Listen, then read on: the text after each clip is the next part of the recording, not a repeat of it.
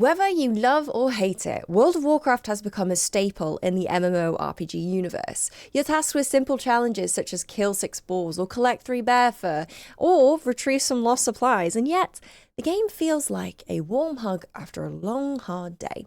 Friendships were born, relationships blossomed, and over time the game aged. So did we. We grew and the game did too, and now we have 2 completely different versions of the game we used to know and love. Well, actually, Season of Discovery, Hardcore Classic, TBC Anniversary, Miss Pandaria Classic, Remix, and Retail. 7 different versions of the game. I'm not gonna lie to you, we're gonna make this easy and just focus on the current Anniversary expansion, which is the Burning Crusade, as it encompasses classic World of Warcraft as well as touching on the first expansion of the game. And it's captured a particularly notable content creator who, dare I say it, publicly stated that he hated World of Warcraft, but is now very much dedicated to the grind. Look, he's not addicted, he's just passionate about his work, okay? But why classic? Why not the all-singing, all-dancing, multi-million-pound version of the game being pumped with content updates every single month, advertising in every single crevice of the internet, and in person, and on your billboards, and on your TV, and on your drinks, and on your food, your toilet paper, and your TV? Well, let's dive into it, shall we? To begin to answer this question, we need to break down what makes a good MMORPG. Typical pillars of this genre are usually a strong social community, deep-rooted expansive lore, slow yet meaningful progression, strong character and class identity, a solid and fruitful combat system, and challenging endgame content. We could go even further and expand on these requirements to make it successful MMO, PvP, PvE, profession, skills, player housing, expansive open world content, and so much more. What makes a good MMO, if you were to ask one person, would be entirely different to if you were going to ask the next. Because our expectations of an MMO has become this amalgamation of checkboxes that's kind of twisted and contorted as we've been exposed to a range of really, really good games over the years. They've adapted, innovated, expanded on what works and removes what doesn't from the original giants like RuneScape, Ultima Online, EverQuest, Dark Age of Camelot, Final Fantasy, even Guild Wars. So it's pretty difficult to hit every single request from every single player, right? But I believe that Classic really does hit the nail on the head and does what the player asks for. However, this game is based on almost 20-year-old content at this point. No updates, no story expansion, no changes aside from a few quality of life tweaks. So why the hell is it still fun to play? Why is it still chosen, if not encouraged, to try that version of the game for a new player or a returning one? Why does it make up a surprising amount of the player base compared to the all-singing, all-dancing counterpart of Retail that gets content updates every single time the stakeholders start asking questions? Is it deep-rooted nostalgia? Is it more beginner-friendly? Or is the game just more palatable over a long period of time? Well, let's take a look. This is what a new player experiences when they try out Classic for the very first time. To start, there's only 10 racial choices, 5 for the Alliance, 5 for the Horde, split evenly with no more than 6 options of classes depending on which race you choose. Character customization is nothing to write home about. In fact, it is very pixelated and very reminiscent of the 2004 graphics, but the game has actually had a graphics update since then, believe it or not. The difference is that they've retained that same iconic stylization that World of Warcraft is known for. They haven't dramatically increased the number of pixels, they don't smooth out elements, nothing's been photoshopped or airbrushed. Its polygon number is few, but that's what makes the graphics of the game so recognizable. You pick a race, pick a class, choose a name, and enter into the world. Immediately, you're hit with the iconic Stormwind choir belting out the city's song, and the narrator's voice walks you through the story. We've all heard it 10 times before, and it changes depending on what expansion you're playing through, but have you actually sat and listened to it before?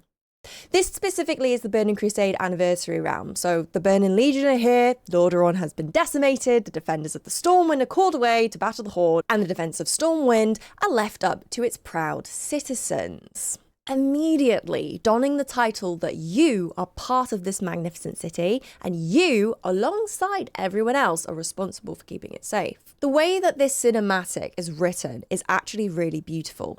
It begins with the loud, powerful male choir paired with shots of a huge keep and large statues blanketing the bridge, and as the camera draws out, the narrator describes a world-ending threat.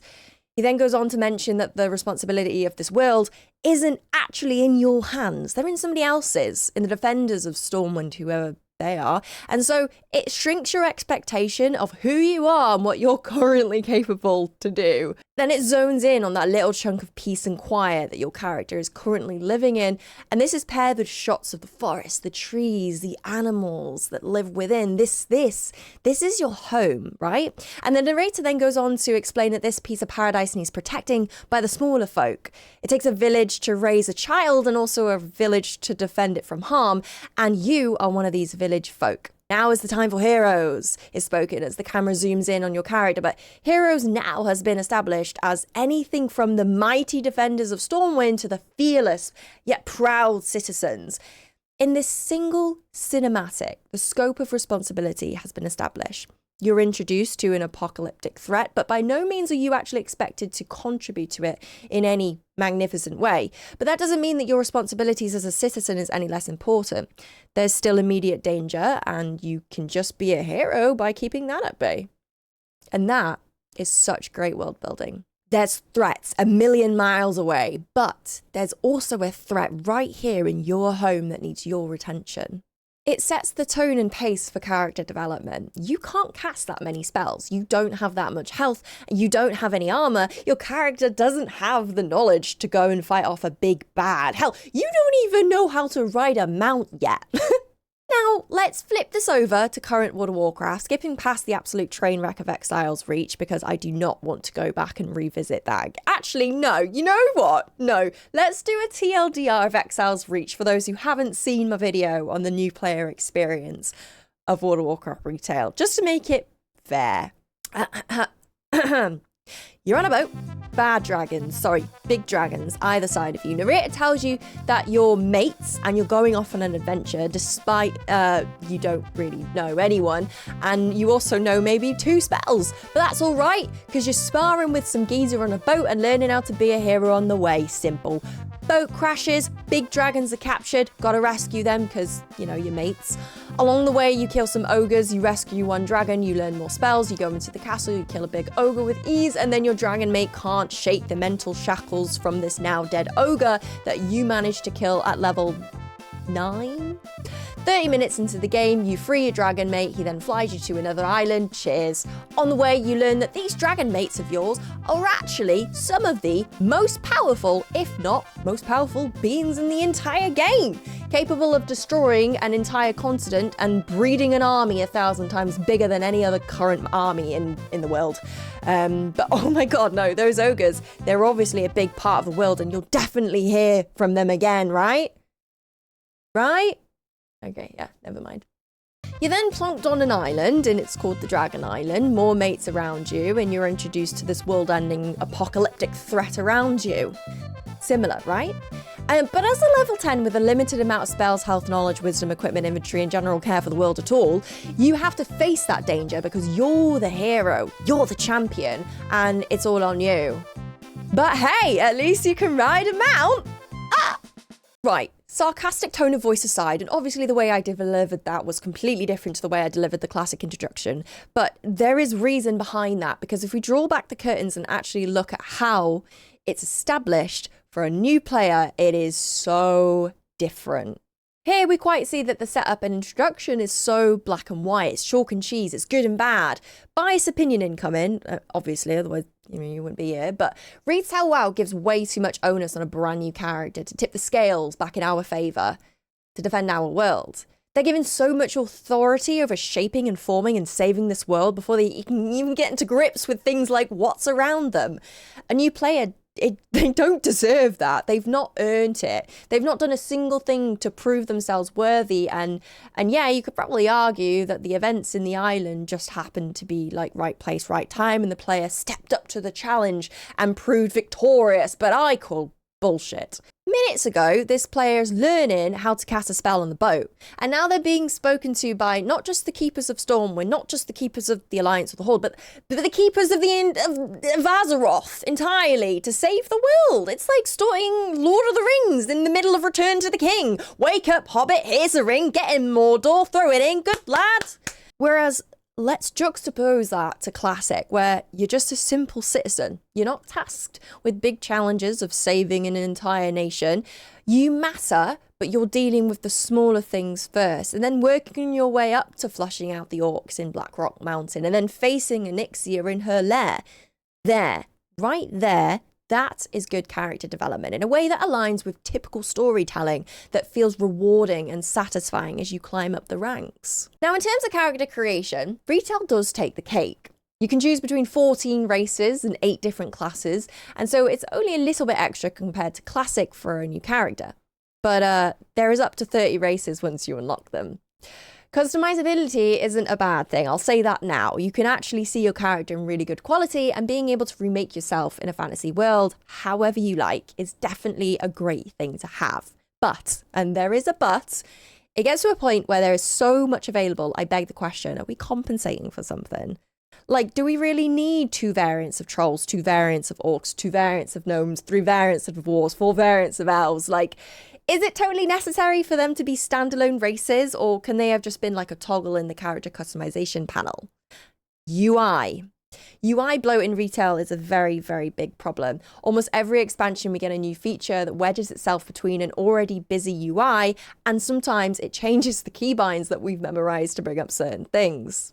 There's only a finite amount of keybinds assigned and buttons available on the screen, and so when we play the game of like, where is this panel hidden? Is it with the mounts? Is it with the talents? Is it with the adventurer journal? It's like a button lottery that you're never fated to win. And a new player gets access to all of this immediately, and it can feel confusing and overwhelming, and it's just totally unnecessary. This is why Blizzard looked to remove some add-ons that were giving us this information, like the combat add-ons, like details, and then taking things that the player and the community have already created and baking them into World of Warcraft's default UI. Whenever I stream World of Warcraft, one of the top comments I always get is that I love your POV because your overlay and your UI is so clean. But the reason why the vast majority of players are using add-ons to change their UI is because it's necessary to have this information in order to play, but Blizzard don't support it. Now we are seeing Blizzard supporting it with the introduction of a lot of default UI elements. But the issue isn't just with the introduction to the game, it's also what the game asks from the player. With Classic, you walk everywhere, you run out of mana, you drink like a racehorse, you pull one mob at a time, and any more you die. You read quests, you get lost, you learn to explore, and you get help from the community. The game is known as basically a grind simulator, and the quests are just flavoursome. But there are some quests that you literally cannot do on your own, and there's no automatic queue system, so you're forced to be social in a massively multiplayer online game. Oh no! It's slow progression, but once you hit those milestones, that golden ding of the level up, a trip to the class learner, a new spell unlocked, it feels meaningful because it's taken you so much time to get to that point. I spoke to a brand new player who just started playing Retail WoW 2 days prior. I asked him what did he think of leveling in the Dragon Isles and leveling experience. Did he have fun, and did he enjoy the story, and did he like the characters? In just 2 days, this guy went from level 1 to level 70. He had absolutely no idea what he was doing or what was going on in the stories, but he thought that the dragons were cool. Awesome. An entire expansion in just 2 days. And 10 levels from the maximum character level, by the way. Slow yet meaningful character progression is a pillar in this game genre. It is the very first thing a player engages with in both versions of the game. But in one version, it takes weeks to get anywhere near halfway to max level. You cannot speed through the leveling process unless you buy a microtransaction boost. And yet in the other version, it can take a matter of days to get to the end game. So no, Retail does not have slow yet meaningful progression or a grind that makes it feel worth your time, at least not initially. Retail isn't about starting as a little guy and growing into this champion. You're immediately donned the title of a legend, and you're expected to act as one when you're freshed out of the installation wizard. The story, your adventure, the experience, it doesn't matter until endgame. Everything is poured into the endgame of Retail. Each story is fleshed out. Each character has onus. All the content features are available, and it very much feels like everything before it is disregarded. It doesn't matter. Progression, ironically, begins at the end. And that's not inherently a bad thing. If progression at endgame for Retail, that's fine. But it's about the experience that player has during the progression, no matter where it lies.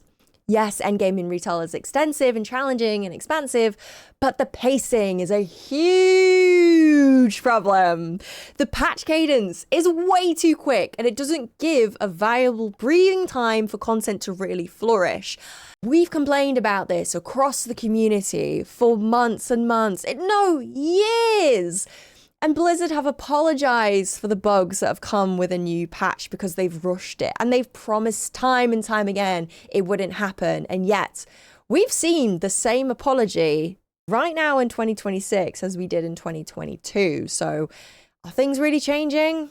So not only are the content patches forced in quick succession, but it also has a knock-on effect on the perceived value of rewards and gear. It feels almost pointless to put in any effort into gearing as a casual player because by the next 0.5 or 0.7 patch, your gear is irrelevant again, and thus begins another grind for something better. To counteract the ever-moving goalposts, Blizzard have introduced catch-up systems that allows everyone and anyone to collect mid-level gear at a fraction of the effort a month or two prior. So Bob, who didn't start playing the game until a few months after release, can catch up to your gear in a matter of days with the catch-up system. Or Jess, me, uses the one-button rotation and can get mythic level gear every single week, guaranteed in the Great Vault system, a system which was implemented as a bad luck charm, ensuring that all players, no matter their skill level, no matter their time, gets a buffet of loot to choose from every single week. It was a solution to a problem that Blizzard created themselves. They didn't want people falling behind the gear progression because they weren't able to play or just simply couldn't be asked to. But by doing that, the speed in which players can easily reach the ceiling of gear score has become faster, and so a lot of players are getting there too quickly and are left wanting more. So, what do Blizzard do? They move the goalposts again and introduce a new system. Patch 11.0.5 is a system which allows a specific item to be upgraded even further, but only after a time gate of 4 weeks has occurred. Not to mention how much of a slingshot this expansion has been for gear overall, by the way. Now, players who manage to do just one level keystone this dungeon are guaranteed 3 mythic track items, 1 from the Great Vault and 2 from their bonus rolls. Yeah. Another system Blizzard introduced, by the way. I say this with angst because I am the person that does the one-button rotation, that does minimal effort, that turns up twice a week for some raiding and does 1 keystone every single week. And yet my mates who play this game religiously every single day that are pretty good players kind of have the same gear as me. And I know it pisses them off. And you know what? It pisses me off too. Why should I be rewarded for basically nothing? It feels shallow. It feels meaningless. And yet, Classic has been so different. I head into a dungeon for 40-50 minutes and I'm lucky enough to see a drop of an item. Over a long period of time, it takes me ages to upgrade my gear and my player power. But in retail, I can grab an item, I can level up the overall eye level using a currency called crests that I accumulate every single time I do a piece of content. And it's just so much easier. If gearing is supposed to be a pinnacle of endgame content, why is it effortless? Another issue that introduces is the fact that improving your character's armor and overall power is not necessarily equal to the player's skill. There have been so many instances where higher item level players are invited to pug groups and their performance is equal to them dribbling on their keyboard. The gap between player power and player skill is now so incredibly far between, it is literally all down to how easy the progression is and how accessible Blizzard has made the game for everyone because of FOMO and fairness. A game that used to pride itself on assembling 40 players to sweat under one roof and tackle a boss that required meticulous planning of buffs, spells and cooldowns across the entire playbase.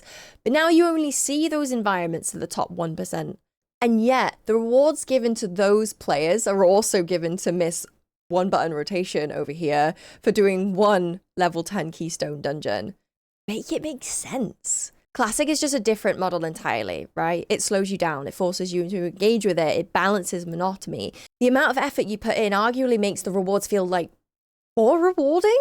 More time and effort is invested usually equals to more satisfaction once it pays off. It's a seesaw between boredom and satisfaction, ever tilting back and forth to keep you in this stasis just long enough for you to keep on going to the next milestone. And by doing so, by slowing you down, it forces you to take your time and interact with the game, and more importantly, how you interact with other players. Fundamentally, an MMORPG is a massively multiplayer online role-playing game. It's an online world filled with people who share the exact same interest as you, and so it's going to create authentic social interaction. But why is the community of retail seemingly a lot more hostile than Classic? From my experience with Classic, you cannot roam around a quest hub without getting buffed by a random player. A mage gives you arcane intellect, a priest gives you power word fortitude, a druid gives you mark of the wild, and in return you buff them back if you can as an exchange of thanks. You hop on the deep rung tram to take the journey from Stormwind to Ironforge, and whilst sitting on that train, you're standing next to a person that starts jumping up and down, and you do it back. The universal exchange of like, hello! And now you both look like idiots. You're standing in the city and you get a random whisper from a stranger asking you for advice on talent points, because if you get them wrong, you're paying a whopping 1 gold to reset them, which is actually quite a lot. And you help them because, like, why wouldn't you? The game feels alive with natural social interaction between players, and I genuinely think it's because the game is maybe a little bit more harder or difficult in other areas, and it forces you to slow down, to ask for help, and things feel a lot more meaningful because they're actually impactful. I have a lot of good memories from this game, but the more I think about them, the more I realise they were from many, many, many years ago. Dungeoning through the Wailing Caverns with my friends who weren't actually my friends at the time, but they became friends because of how long we spent in the dungeon together. Shout out to Amali and Scalibur, by the way. I literally met these guys maybe 15 years ago, and I'm still friends to them this day. And I bet you have the same stories too. But think about it. How long ago was it since you had a very, very memorable and positive experience? Now, my experience with Retail WoW currently is shockingly dissimilar. In fact, during early access, where the game was launched a few days early for those who had pre-ordered it, I headed into my first pug dungeon, and I had a warlock slamming my ass, and not in a good way, to hurry up. He pulled extra packs, he didn't interrupt fears, he was tilting at me so much that the warrior asked him, why is he in such a hurry? He then left the dungeon. That experience reminded me of how I never step foot outside of my guild groups because it is so common. And unfortunately, this behavior is so deeply rooted in retail. The attitude of a lot of players absolutely stinks. As someone who played with a lot of average players and a lot of top 0.01% players, and a bit in between, here's a graph that perfectly sums up the player base's attitude.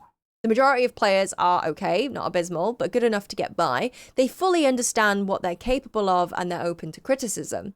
On the other end of the spectrum, you've got the top 0.01% skilled players who are fully aware that the majority of people that they come across are not within their skill range, and so they don't expect you to match their performance whatsoever.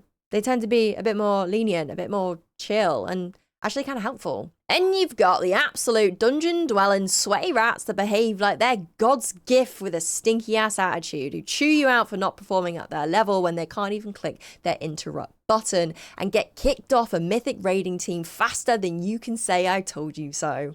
This is exactly why I hide in my guild groups, because much like going outside, pugs are scary and I don't want to do it. You are very lucky if you have a guild that fosters a good sense of community, very reminiscent of what the original community felt like, but sadly there are quite a few players that don't have a home like that. So, if that's you and you play in EU, then come join the Pleborians. We're an incredibly average, but we do have AOTC every single tier and run 2 raid groups currently, and we do Mythic Plus and housing and community challenges, and we actually talk and have fun. Crazy, I know. Send an application in-game or join the Discord for an invite, link in the description. Also, I want to shout out Dungeon Dojo that acts very similarly to the way that we do at the Pleborians, except Dungeon Dojo is like 10 times bigger than us, so wherever you go, you have a home. Ultimately, that's what you want to feel in an MMO, right? A home. It's a role-playing game. You want to feel like you have friends, you have a family, you're important, but the way that retail is designed with automatic queuing, PvE content that takes 10 to 15 minutes, a kick and a re-queue system that's flawless, you don't feel irreplaceable, you don't feel important. It's almost anxiety-inducing, because if you do the wrong thing, pull the wrong pack, or do the mechanics incorrectly, it's grounds for either the removal of you or your party removing themselves. The game has created its own problem because of the way it's been engineered. It encourages you to be quick, fast, efficient, straight in, straight out. But because of that, people don't stick around for mistakes and quit while they're ahead. So what did Blizzard do? They introduce a /vote abandon feature for Mythic Plus content. If a key doesn't go your way, instead of just leaving and bricking the key, rendering it basically useless for the key owner, you could simply just put it up to a vote to give up. And this kind of works, but it kind of doesn't. The issue lies in the fact that it needs to be a unanimous vote, and if a couple of players don't agree, then you end up with a situation like this. Leave, and you'll be marked as a leaver in LFG system, preventing you from joining any more automatic queues for 60 minutes, or agree to abandon the dungeon together. That only works if you can all come to an agreement, which didn't happen in Cyber's case as he was held hostage by the 3 DPS. This story is so familiar and often seen repeated again and again. Ex-Race to World First tank Method Nate was in a similar situation the other week where his DPS wanted to leave the key after a few wipes because it seemed like the key was going to be depleted, so why waste your time? They all voted to abandon, but Nate voted no alongside the healer as it seemed salvageable given his experience with tanking many keys over the years. And so the dungeon was continued. And that is where the DPS decided to stop pressing their buttons entirely and sandbagged until everyone gave up and they left. A total waste of time. But hey, at least there's no deserter debuff. The social aspect outside of endgame content, however, does thrive. With the recent introduction of housing, it's given players another avenue to be friendly, resourceful, and communicate with each other, sharing builds, tutorials, and complimenting one another on their creations. Alongside this is the ever-thriving roleplay community that's been a staple since the dawn of World of Warcraft and is very much still going strong. With players outsourcing roleplay events on platforms like Discord to set up and create this immersive environment of group performative content. But it doesn't happen naturally, and that's the stark difference between classic and retail. For retail, it's there, but you need to find it and stay away from competitive content, which is incredibly easy to slip into now because of how much encouragement Blizzard gives to players to keep on going, keep on pushing, keep on grinding, keep on doing shit. Whereas in classic, a social interaction, it's not engineered, it naturally blossoms, it happens all around you whether you're looking for it or not. So a strong social community. Check. So we've covered the leveling progress, early character identity, social community, but what about deep-rooted, expansive lore? Taking our minds off the mechanical side of the game for just a second and focusing on what makes us feel connected to it, what draws us in, what stories we're told. We as humans love stories. It's what makes us tick. We love a beginning, a middle, and an end, and love to feel emotions whilst we're traveling through this fantasy, or sometimes non-fantasy story. Replicating emotions in a safe environment is called vicarious emotion. It's when you're feeling emotions by watching someone or something else experience it instead of directly experiencing it yourself. It's safe because nothing is happening to you, you're not at risk, and yet your brain reacts as if it still is. We humans love to do this. This is why platforms like TikTok do so well, because we're exposed to short bursts of content that fluctuates our emotions. 1 minute we're laughing at a goose on a skateboard, the next we're tied into an emotional rescue of a stray kitten, and the next we're feeling inspired by watching someone's gym routine. Short form content constantly flips our emotional states. We go from happy to sad to inspired to shocked, and this rapid contrast makes each emotion feel that much more intense because our brains are constantly resetting and going again and again and again and again. Why do we keep on going?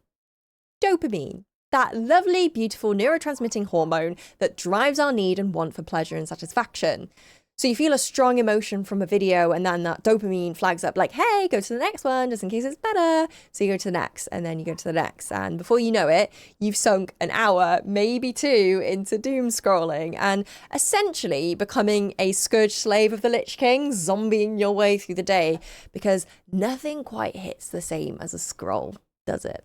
This exact theory can be placed in all areas of social media, not just short form content, but Twitter, Instagram, Reddit, you name it. If there's an ability to tell a story, then this is what can happen. In theory, it's a safe environment to feel emotions, but in practicality, it's not. It's seen as procrastination, a waste of time, unproductive. And so that's why media like TV, film, and video games are a better experience to experience these things. And that, ladies and gentlemen, is why role-playing games are so widely well received. Whether the game mechanics are typically well done up to the standard you'd expect from a AAA game, or a little bit more lenient and less mechanically involved for a more simpler experience. The story is what drives you to keep on playing. Games like Life is Strange prove that. The game itself is fairly simple, but the emotions, the weight it carries, it's the entire experience. You're not playing it for a mechanical mastery, you're playing it to feel something. And World of Warcraft did this incredibly well, especially in its early years. It had the advantage of building on an already strong foundation from the Warcraft RTS trilogy, where it laid down the roots for important characters like Sylvanas Windrunner, the Lich King, Jaina Proudmoore, Garrosh Hellscream, or Grommash, sorry, father to Garrosh. Story plots were established, high-risk stakes were revealed, emotional investments were made, and players were hooked, which is why Blizzard Entertainment took this as an opportunity to ride the wind of a new MMORPG genre and turn it into the game that we now know as World of Warcraft, the massively multiplayer online role-playing game. It towed its characters along and stories, and it had you, as the player, not just watching the story from the sidelines, but this time actually injecting you into the game. You got to experience it. You are immersed into it. You are part of this world. This shift is so incredibly important because it shifts the emotional request from just passive consumption to something a lot more personal. You're emotionally safe, but you're more involved in the story than you have ever been before. And this was such a new concept at the time for video games. It allowed already written stories of the Warcraft universe to flourish and players to revel in the lore as characters were lost, developed, betrayed, and the world shifted and contorted along the ley lines of the narrative. But at what point did it all go wrong? And why does it feel so disjointed now? Some players may argue that it all went wrong with the timey-wimey alternative universe of the Warlords of Draenor, but personally, hear me out, I believe it's the ill-timed release of Mr. Pandaria alongside the blockbusting hit Kung Fu Panda. Nothing breaks immersion more for me than seeing Poe the Panda hitting the whoa next to my Azeroth Savior Complex Blood Elf Legend Hero Champion Kitchen Sink Mage. Whenever you think that World of Warcraft's story took a downturn in its history, the matter of the fact is that where it's at right now is not it. I've done a whole video on the new player experience when it comes to lore and storytelling, which if you haven't watched it, I very much recommend giving it a skim over, because what I say in that video is very much an issue that needs to be highlighted and addressed. The TLDR is that there's 22 years of Warcraft lore embedded into the game in some way, shape or form, and 99% of it is not accessible. We're not encouraged to visit old raids outside of the one raid that gets its spotlight during time walking, despite Blizzard showing us that they are very much capable of implementing a story mode with NPCs guiding you through the raid. We're not encouraged to visit past islands and continents outside of its patch time limit, and so now we're left with a disgustingly overpopulated map that honestly just needs to be absolutely obliterated.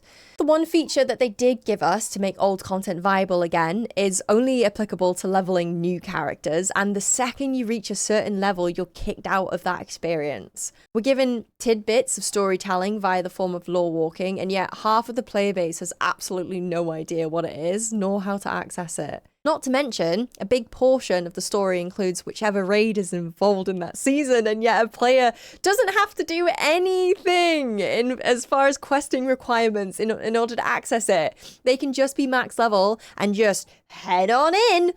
It is a sad, stark contrast to Classic. I was lucky enough to experience attunements the other day, which is basically a set of requirements that you have to hit in order to access a raid. And the raid I was attuning for was an Ixion's Lair, a level 60 raid. Bearing in mind, we're in the next expansion at level 70 right now in the Burning Crusade. In retail's terms, it would be like me and 40 other players leveling to 80 and then heading to Liberation of Undermine.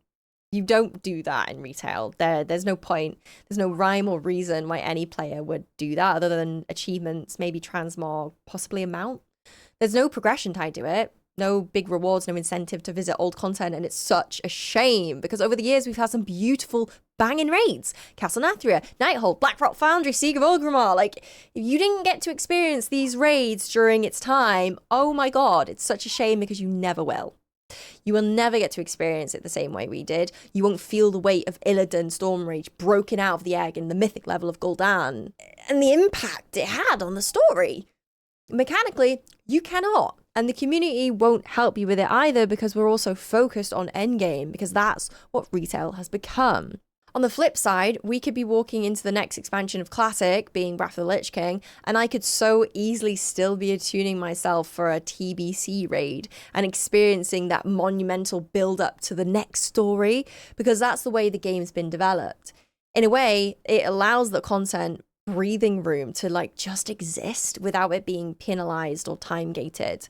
I'm really apprehensive about this triple mega saga because, yeah, I'm happy that the devs are paying more attention to the narrative now and that they actually listened to Chris Metzen when he told his team that the story that he cooked up could not be explored in a single expansion. It needed to be explored across multiple expansions.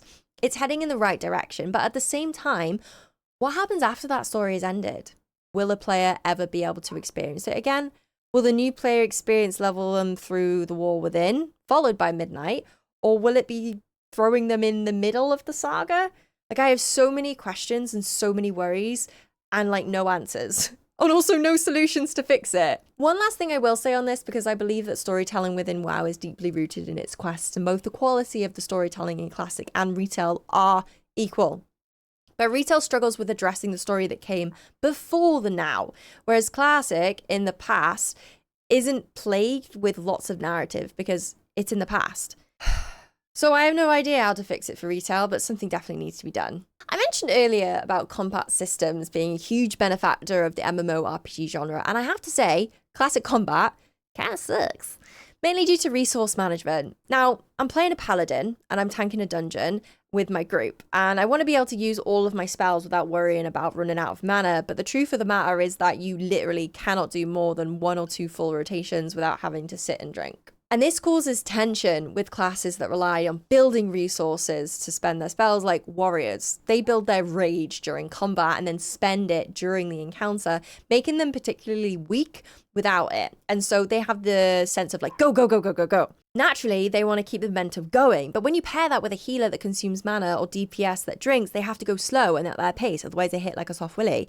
And it creates this really awkward tension where those types of classes need to go at the speed of the rest of the group, but it's not satisfying for them. Imagine being given a Ferrari on a racetrack, but you're told that you need to keep to the legal speed limit in Wales, which is like 10 below everywhere else, by the way. It's daft and incredibly frustrating. Retail doesn't suffer from this problem. In fact, it's the complete opposite. If you have to drink, then you suck.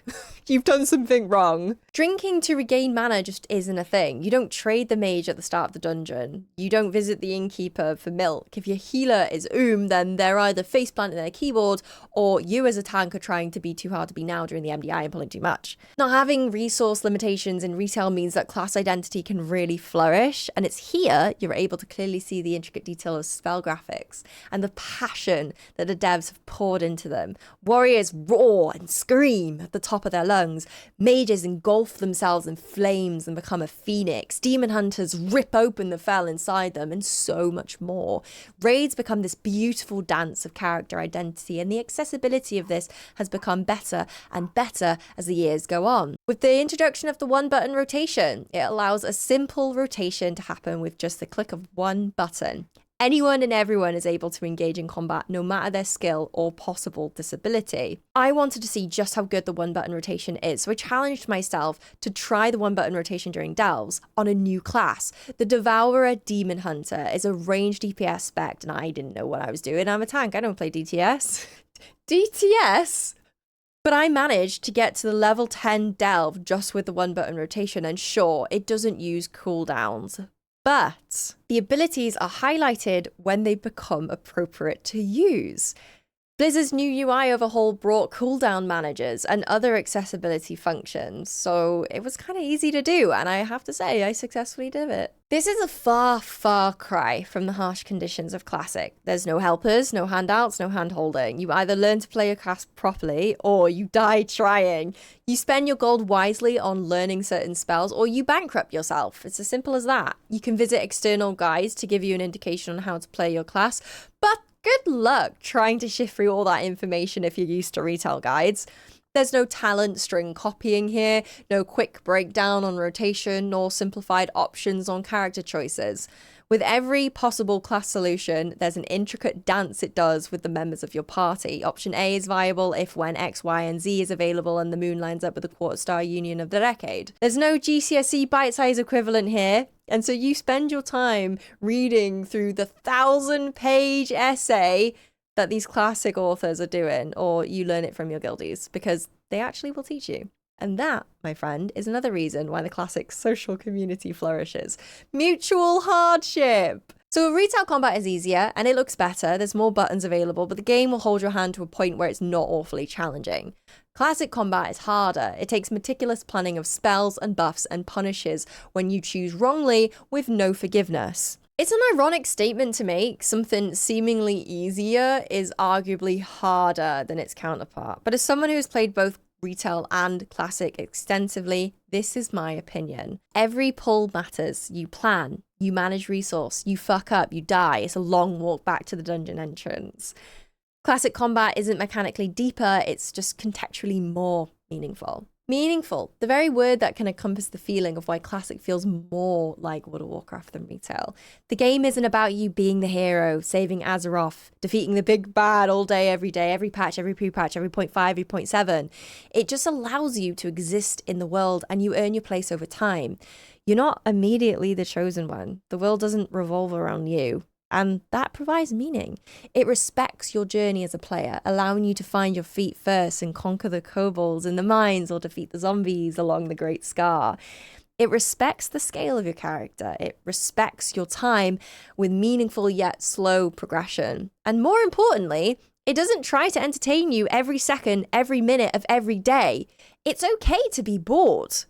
And that is why I believe that World of Warcraft Classic is more like the original World of Warcraft experience that I know and love and enjoyed than retail. I feel like retail has strayed so far away from its path of what World of Warcraft was and what it was known for. I don't believe Classic is better than retail WoW, and I don't believe that retail WoW is better than Classic. I just believe that World of Warcraft retail is not World of Warcraft anymore. And they're my reasons why. But my opinion is just the opinion of one person, and what matters is the opinion of the mass, the community, you. So let me know what you think, if you haven't already. All right, Big Chungus.